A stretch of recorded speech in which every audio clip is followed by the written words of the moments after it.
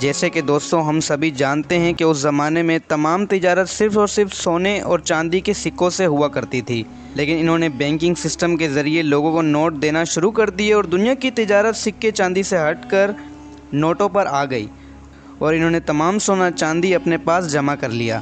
دنیا کی تمام دولت ان کے پاس آنے لگی اور نوٹ چھاپنے والی مشین خود بھی ان کے پاس تھی، اور ایسے یہ دنیا کو دولت سے نوازنے لگے اور خود دولت سے مالا مال ہونے لگے۔ حالانکہ بینکنگ سسٹم کا رول یہ ہے کہ جس بینک کے پاس جتنا سونا اور چاندی ہوگا وہ اس کے مطابق ہی نوٹ چھاپ سکتا ہے، لیکن انہوں نے اتنے زیادہ نوٹ چھاپے اور دنیا کے تمام وسائل پر قبضہ کر لیا۔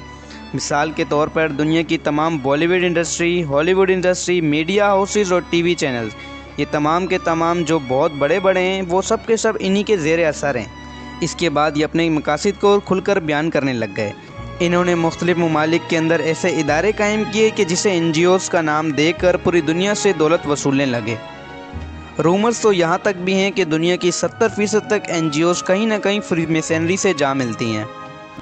دوستوں جب ان کا اصل و رسوخ پوری دنیا میں پھیل گیا تو اس کے بعد یہ کھل کر سامنے آنے لگے، اور human rights, women empowerment, health for all, education for all اور اس طرح کی مختلف تحریکوں سے لوگوں کو اپنی طرف اٹریکٹ کرنے لگے، اور ایسے انہوں نے آہستہ آہستہ تمام وسائل پر قبضہ حاصل کر لیا۔ لیکن یہ سب کا سب صرف اور صرف دھوکہ تھا اور لوگوں کو بیوقوف بنانے کی چال تھی۔ حالانکہ یہ وومن امپاورمنٹ کی بات کرتے ہیں، لیکن آپ کو یہ جان کر یقیناً دھچکا لگے گا کہ یہ اپنی سوسائٹی میں کسی بھی عورت کو شامل نہیں کرتے۔ دوستوں اس کے علاوہ انہوں نے پوری دنیا کی سب سے بڑی bank federal reserve of America بنائی، جس کے اندر پوری دنیا کی تمام دولت یہ جمع کرتے رہے۔ اس کے ساتھ ساتھ انہوں نے آئی ایم ایف اور ورلڈ بینک جیسے ادارے قائم کیے جو کہ سود پر مختلف ممالک کو قرضہ دیتے ہیں، اور پھر ان ممالک میں صرف اور صرف انہی کی پالیسیز چلتی ہیں۔ یہی وجہ ہے کہ پوری دنیا میں غربت پھیلی ہوئی ہے، لیکن یہ لوگ نوٹوں میں کھیل رہے ہیں۔ ان کے تمام وسائل کا اشارہ آپ کو سب سے زیادہ امریکی ڈالر پر دیکھنے کو ملے گا، جہاں آپ پیرامڈ کو دیکھیں گے جو اس بات کی نشاندہی کر رہا ہے کہ یہ دنیا کے تمام تر لوگوں میں سے سب سے قابل ہیں، اور ان کے تانے بانے انہی مصری فرعونوں سے جا ملتے ہیں کہ جن سے حضرت موسیٰ علیہ السلام نے ان کو چھڑوایا تھا، کیونکہ امریکہ کی تاریخ میں تو کہیں بھی مصر کا کوئی بھی عمل دخل نہیں ہے۔ پھر بھلا امریکی ڈالر پر یہ مصر کے پیرامڈ کی تصویر کیوں ہے؟ اب ہم بات کرتے ہیں دوسری شیطانی تنظیم ایلومیناٹی کے اوپر۔ ایلومیناٹی کے بارے میں یہ مشہور ہے کہ اسے ایک جرمن پروفیسر نے 1776 میں جرمنی میں قائم کیا، لیکن دوستوں دراصل یہ تنظیم تبھی قائم ہو گئی تھی جب اللہ تعالیٰ نے شیطان کو اپنی بارگاہ سے نکالا تھا اور بنی آدم کو اس زمین پر اتارا تھا۔ دراصل دوستوں یہ وہ لوگ ہیں جو شیطانیت کو پروموٹ کرتے ہیں اور شیطان کی پوجا کرتے ہیں۔ یہ ایک بیفومیٹ کی پوجا کرتے ہیں جس کی شکل ایک بکری کی طرح اور جسم انسان کی طرح ہے۔ ایلومیناٹی کے ریئل میننگز ہیں روشنی ہونا یا علم کی روشنی سے منور ہونا۔ دراصل دوستوں ان کا یہ ماننا ہے کہ جو علم یہ رکھتے ہیں پوری دنیا میں کسی کے پاس بھی نہیں ہے۔ لیکن کیا آپ یہ جانتے ہیں کہ یہ کس علم کی بات کرتے ہیں؟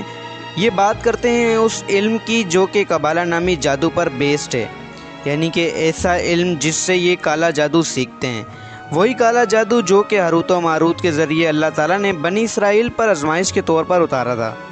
ہاروت و ماروت وہ دو فرشتے تھے جو اللہ تعالیٰ نے نازل کیے تھے، جو کہ لوگوں کو جادو سکھاتے تھے اور جو کہ واضح طور پر یہ بتا دیتے تھے کہ یہ تمہارے لیے ایک آزمائش ہے۔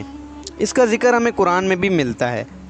دوستوں یہ لوگ شیطان کی پوجا کرتے ہیں اور اسی سے مدد مانگتے ہیں اور کالا جادو کر کے اسے خوش کرتے ہیں۔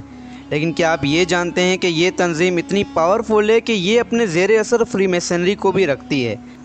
فری میسنری اور ان کے مقاصد تو ایک ہی ہیں، لیکن ان کی شاخیں جدا جدا ہیں، اور رومرز یہاں تک بھی ہیں کہ آئی ایم ایف اور ورلڈ بینک کے جو پریزیڈنٹس ہوتے ہیں وہ بھی ایلومیناتی ہی طے کرتی ہے۔ اسی کے ساتھ ساتھ امریکہ کے کئی بڑے صدر بھی گزرے ہیں جو کہ ایلومیناٹی تھے۔ ان میں Ronald Reagan, senior Bush, junior Bush اور موجودہ امریکی صدر ڈونلڈ ٹرمپ بھی شامل ہے۔ اور اسی کے ساتھ ساتھ دوستوں یہاں تک بھی کہا جاتا ہے کہ دنیا کی 1% تک آبادی جو بھی ہے وہ ایلومیناٹی ہے، یعنی یہ لوگ دنیا سے اس طرح سے چھپے ہوئے ہیں جیسے کہ 100 میں سے کوئی ایک چھپا ہو۔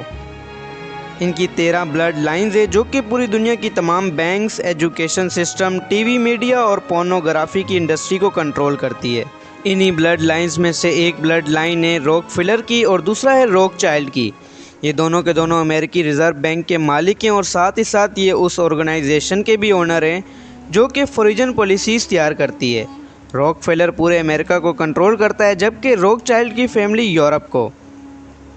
اور اسی کے ساتھ ساتھ دوستوں یہ لوگ ان ینگسٹرز کو سلیکٹ کرتے ہیں جو کہ اسٹرگلرز ہوں اور پھر ان کے ساتھ ایگریمنٹ کر کے ان کو لبرلزم کے جال میں پھنسا کر اپنے مقاصد ان سے پورے کرواتے ہیں، اور اگلی نسل کی مائنڈ پروگرامنگ کچھ اس طرح سے کرتے ہیں کہ انہیں یہ بات سمجھ ہی نہیں آتی، اور یوں آنے والی نسل ان کے جنگل میں مزید پھنسی چلی جاتی ہے۔ دوستوں اب بات کرتے ہیں ان کے سمبلز اور ان کے مقاصد کے اوپر۔ ان کے سمبلز پر تو میں آپ کو ایک الگ ویڈیو بنا کر ضرور بتاؤں گا کہ یہ کیسے سمبلز بناتے ہیں اور یہ کیسے اگلی جنریشن کی مائنڈ پروگرامنگ کرتے ہیں، لیکن آپ یہ جان لیں کہ یہ سمبلز آپ کو ہر دوسرا سیلیبریٹیز بناتے ہوئے لازمی ملے گا، کیونکہ میں نے پہلے ہی بتایا کہ یہ دنیا کی میڈیا انڈسٹری کو کنٹرول کرتے ہیں اور جیسا چاہتے ہیں ویسا کرواتے ہیں۔ لیکن اب ہم ویڈیو کو ختم کرنے سے پہلے ان کے مقاصد آپ کے سامنے رکھ دیتے ہیں۔ دراصل یہ نیو ورلڈ آرڈر کے مقاصد ہیں کیا؟ اس کے مقاصد مندرجہ ذیل ہیں۔ نمبر 1، دنیا میں کوئی بھی مذہب نہ ہو بلکہ سب کے سب ایک ہی مذہب کو مانتے ہوں، اور وہ ہو سیلفشنس۔ پوجا ہو تو صرف شیطان کی پوجا ہو، اور کوئی بھی کسی بھی مذہب کو فالو نہ کرے، کیونکہ ان لوگوں کا ماننا ہے کہ مذہب انسان کو مادی ترقی سے روکتا ہے۔ بے حیائی کو عام کیا جائے اور لبرلزم کا شوشہ چھوڑا جائے۔ نمبر 4، ایسے خدا پر یقین رکھا جائے جو کہ ایک آنکھ کا مالک ہو۔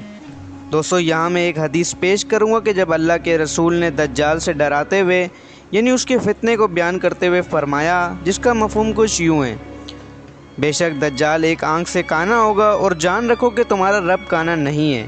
یہاں پر دراصل ایک خدا کے وجود کا تصور دجال کو ظاہر کرتا ہے، جو کہ قرب قیامت سے پہلے ایک بہت بڑے فتنے کی صورت میں دنیا کے لوگوں کے سامنے آئے گا، اور ان کا یہ ماننا ہے کہ جب دجال ظاہر ہوگا تو یہ پوری دنیا پر ایسے ہی حکومت کریں گے جیسے یہ حضرت سلیمان علیہ السلام کے وقت میں کیا کرتے تھے۔